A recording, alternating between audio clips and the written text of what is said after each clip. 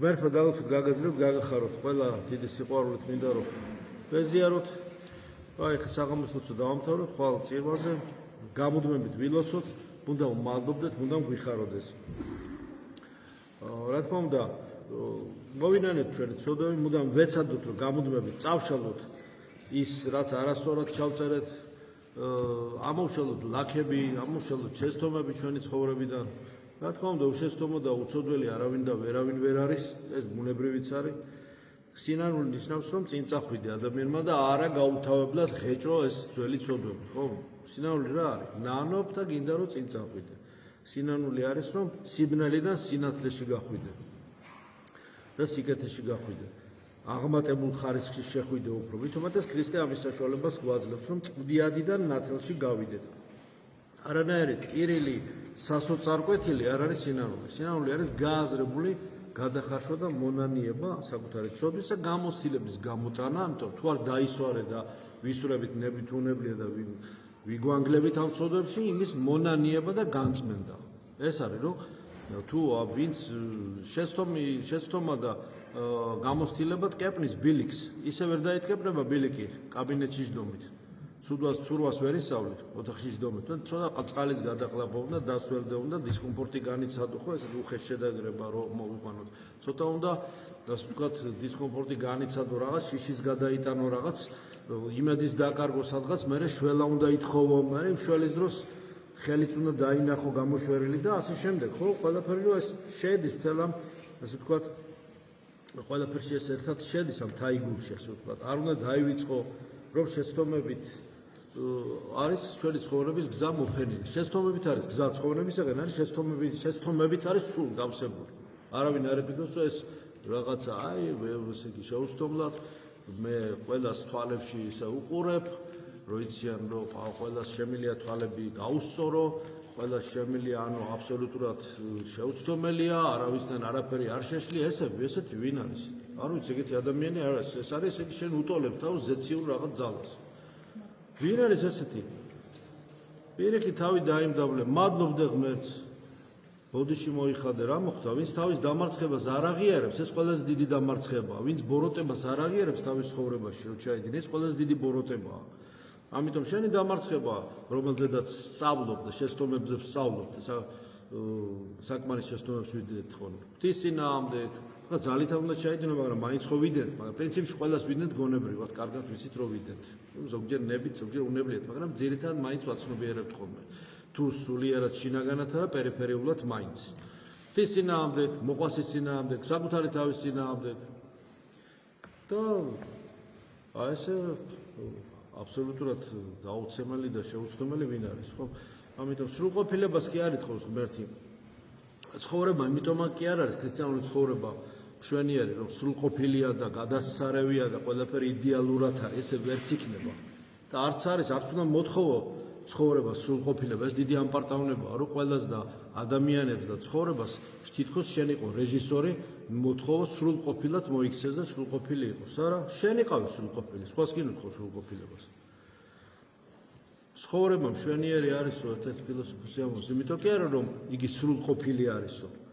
არა, სრულყოფილი რომ არ არის და უკეთესი რომ უნდა გახდეს, აი იმიტომ არის მშვენიერი და ამ ცდელობაში საკუთარი თავისა და შენი გარემოს სრულყოფილებაში მოყვანის ცდელობაში არის ცხოვრების მშვენიერება და არა იმაში, რომ ეს იდეალურია და ყველაფერი იდეალური უნდა იყოს და იდეალურად უნდა იყოს ყველაფერი შენ რომ მოგწონს ისე და ვერც იქნება ესე და სულ განიცდი მერე იმედგაცრუებას ესე რომ არ არის.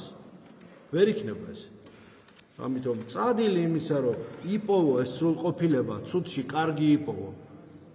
ნაკლოვანებაში უნაკლოება იპოვო, ყველაფერში არის კარგი. აი ეს არის სრულყოფილება, ცხოვრების მშვენიერება ამაშია, რომ ბილიკი ნახო სრულყოფილებისაკენ, სიკეთისაკენ. წადილი გზის პოვნისა, წადილი თვითონ და სურვილი სრულყოფილებისა და პოზიტივის პოვნისა ადამიანებში, ცხოვრების მოვლენებში, საგნებში თუ მიწაზე თუ ჩვენში თუ ასე შემდეგ. ყველგან ეს წადილი ზუსტად არის იმ ბილიკის წარმომქმნელი და მიმართულების მაჩვენებელი ამ სრულყოფილებისაკენ. ყველაზე დიდი დამარცხება ის არის, რომ ადამიანს არ უნდა ეს გაცნობიეროს და თავს სრულყოფილად თვლის და სხვებს თვლის სრულყოფილად, რომ ყველამ სრულყოფილად მოიქცეს და იყოს კარგები და ასე შემდეგ. ერთ-ერთი ფილოსოფოსი ასევე ამბობს, რომ იმას კი ნუ განიცდის შენ, რომ შენ ადამიანები არ გაქებენ, არ გიცნობენ და ასე შემდეგ და არ არიან შენზე გადარეულები და შენზე ასე ვთქვათ ესე რაღაც ემოციონალურად აჟიტირებული. შენ თუ არ იცნობ ადამიანებს, ამაზე ინერვიულობ. შენ იცნობ ადამიანებს. შენ გააკეთე რაიმე სიგეთი. შენ თუ ვინმეს რამეში გამოადექი, შენ თვითონ იყავი სრულყოფილი. ამაზე ესე რომ განვავრცობ, ზუსტად ესე ამბობს, მაგრამ დაახლოებით აზრი ესეთი. ასე რომ აი ესეთი მოთხოვო სხვას ის რაც შენ არ გინდა რომ გააკეთო, დაადო სხვას ის კისერზე რაც შენ არ გინდა რომ ატარო მის მიათედი. ეს არის დიდი ფარისევლობა. ამიტომ მოდით აი ამ წამიდან მოვინანოთ ყველაფერი ცუდი. რაც ღმერთი განკაცდა, ყველგან შეიძლება ღმერთს შეხვდე ქრისტეს, ყველგან შეიძლება შეხვდეს. არ არის ადგილი უბრალოდ სადაც ღმერთს არ და ვერ შეხვდები. თუ კი მოინდომები, შენ თუ გულს გახსნი, გულახდილად. გული არის ჩვენი ადამიანის და ღმერთის შეხვედრის ადგილი. გული. ეს არის ყველაზე სერიოზული ლოკაცია. აი ეს ტექნიკური ენით რო ვთქვათ, ეს არის ყველაზე ცენტრალური ადგილი ქრისტიანობაში, რომელიც უჭერავს ქრისტიანობაში ადამიანის გულს. გული არის ლოკაცია, სადაც ღმერთი და ადამიანი ერთმანეთს ხედავს და ხვდება. დააკვირდით ახლა თქვენ ცხოვრებაში, სად ხვდება და იცით. ის მომენტები კარგად ჩვენივად გზნობთ, ახლა ღვთის ხატად მსგავსად შექმნილი მონათლული მართველი ქრისტიანი როგორ ვერ იგზნობს გულში, როდის შეხვდა ღმერთს, არ არსებობს ეს რო ვერ იგზნობს. შეიგზნობს, თუ მეტ ნაკლები სიმძაფრით, მაგრამ ამ გამოცდილებას შეიძენს და აქვს და ექნება. უბრალოდ გადახედოს, გაანალიზოს და ეს ძალიან კარგი ესეც უნდა იყოს. და ღმერთი დაკარგული ნივთი არ არის ერთ-ერთი ასევე ამბობს ბძენი რომ რაღაც საგანივით სადაც ბალიშის ქვეშ ან მაგიდის ქვეშ ეძებო. რა თქმა უნდა არა, ღმერთი არის ის რომელიცად დაუცხრომელი წყურვილით, როგორც წყურია, როგორც დამაშურალს წყალი, ასე როგორც წყურვილით ეძებ ცხოვრების საზრისი არის თვითონ ღმერთი. სიყვარული არის ღმერთი ვამბობთ, სიყვარულია, მაგრამ ცხოვრების საზრისი სიყვარული არ არის, ცხოვრების საზრისი აბა რა არის.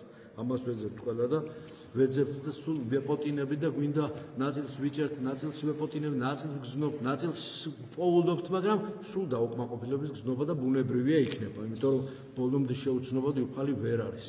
ვერ შევიმოსვით უფალს ბოლომდე. ამიტომ ეს არის ზუსტად რომ როდესაც ვეძებთ უფალს აუცილებლად ვიპოვით და ამ ძებნას არ უწერია გაჩერება. სულ მუდამ იქნება ეს ძებნა ძალაში. და აი მინდა რომ ამას ჩავეჭიროთ და ამაზე გავჩერდეთ და ამას მივხედოთ. მინდა დიდი სიყვარულით გავძლიერდეთ და სიყვარულში რომელიც უნდა გავიზარდოთ და აი გულში შეხვდება მეთქი ღმერთი ადამიანს ვამბობთ, გულში ხვდება. იზრდება გული ამ დროს როცა ხვდება ღმერთი ადამიანს, იზრდება გული. ამ ზრდას თავისებური ტკივილიც ახლავს მოთაშორის. გამწმენდელი ტკივილები ახლავს სიყვარულში ზრდას, ყველას განგიზდიათ ეს. განწმენდას საერთოდ და განწმენდას გულისა და გონებისა მეტამორფოზას, გარდაქმნას ახლავს გამზდელი და ცვალებადობის მანიშნებელი, უკეთესისკენ ცვალებადობა რო ხდება, გამწმენდელი ტკივილები, როცა ფართოვდება, გონება ფართოვდება, გული, ესეც უნდა იყოს, ბუნებრივია ეს. ესე მტკივნეულად არაფერი და ვერაფერი ვერ ხდება. გველი რო ტყავს იცვლის, ულამაზესი ტყავით გამოდის შემდეგ, ხომ ახსენდება ათასნაირი ეპოსები და ასე შემდეგ მითები, მაგრამ გველი რომ ტყავს იცვლის, ის ტკივილს არ განიცდის, რა თქმა უნდა განიცდის, მაგრამ სამაგეროთ იმ ტკივილში განწმენდელი ტკივილით ახალი გამოდის, ახალი და ულამაზესი შესამოსელი. საცა გველს და საცა ცხოველს, მცენარეს, ყვავილს და ასე შემდეგ სახარებისეული ალუზია რო ვიხმაროთ, ესე მოსავს, ესე ამშვენიერებს უფალი, ჩვენ მით უმეტეს მცირედ მორწმუნენო ხო რომ ამბობთ, თქვენო მით უმეტესო რამ დაგაეჭვათ და რამ დაგასუსტათ და რამ დაგაბეჭავათ ასეო. რა იყო ესე იმედი, რამ გაგიქროთ, როცა აგერა ვარ, მეო და ასე მოსავ, ასე ვაკეთებ ყველაფერს და თქვენ რაღა დაგემართათ, ნუ ხა ვაკეთებ სხვანაირი ასე ვთქვათ ლინგვისტიკით, ხო, ამიტომ უმადური არ უნდა იყოს ადამიანი, უმადური. ყველაზე უმადურობა ეს უმადურობა წინ პირველ დღეს უმადურობა მეორე დღეს ღალატია. უმადური არ უნდა იყოს ადამიანი, უმადური და ბოღმა არ უნდა იყოს და ჩუმჩუმელა არ უნდა იყოს. და არ უნდა იყოს ფარისეველი. აი ვითომ ისა ყალბი არ უნდა იყოს. უმადური ადამიანი დღეს ხვალ მოღალატეა. ზეგ ზურგის შემაქცეულია, მაზეგ მტერია და ასე შემდეგ სამი წერტილი. ამიტომ უნდა ვლოცულობდეთ, მუდამ მადლობდეთ და მუდამ გვიხაროდეს, იმიტომ რომ უმადური ადამიანი დღეს შენთან არის, დღეს გიღიმის ხვალ როგორც მსხვერპლს ისე მიგაგდებს და სხვა მსხვერპლის მოსაძებნად გაეშურება. ისეთი წარმატებით ჩაგაბარებს ჯარში, როგორც წინავინმე შენს წინ ჩააბარა და შემდეგსაც ჩააბარებს, ასე ვთქვათ. ასე თუ არ გიხარ კიდე ჯარში ჩასაბარებლად, ხო, სიმბოლურად ვიძახი თუ არა და კარგად ბრძანდებოდა. ამიტომ მინდა რომ დაგლოცოთ და ვიყოთ მადლობელი ღვთისა პირველ რიგში. ყველაფერზე მადლობა შევწირო და მადლობა საოცარ სიმშვიდესა და სიმდაბლეს მოიტანს.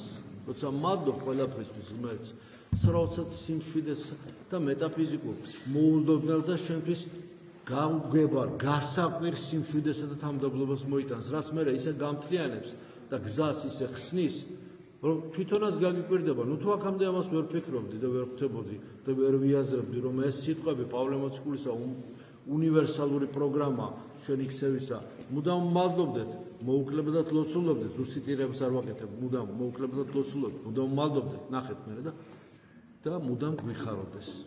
თუ ეს მე არ ვიცოდი, ვაი მაშინ მე და რადგანაც ეხლა ვიცი, მოდი ამას კარგად გავშლი, განვახორციელებ და შევისისხორცებ და გზნობა ცოდნად და ცხოვრების ფილოსოფიად და ცხოვრების ასე ვთქვათ ცოცხალ ცოდნად, აყვავებულ ცოდნად გავხდით ჩემში და არა ინფორმაციად, რომელიც გამიგია, მაგრამ არ ვიცი რა. ალბათ სწორია, ვეთანხმებ, რადგანაც ახარებაში წერია, მაგრამ ესე არა, რომ მე ნამდვილად გამიგია კი არა, ვიცი, გზნობ და ეს ცოდნა ჩემში სიბძნეთ, აყვავებულ ცოცხალ ცოდნად იქცა, რომელიც ძალაა ჩემში. და ეს მინდა გისურვოთ. მადლობის საჩვენეს იესო ქრისტეს იყოს თქვენ ყოველთა თანა. ამინ.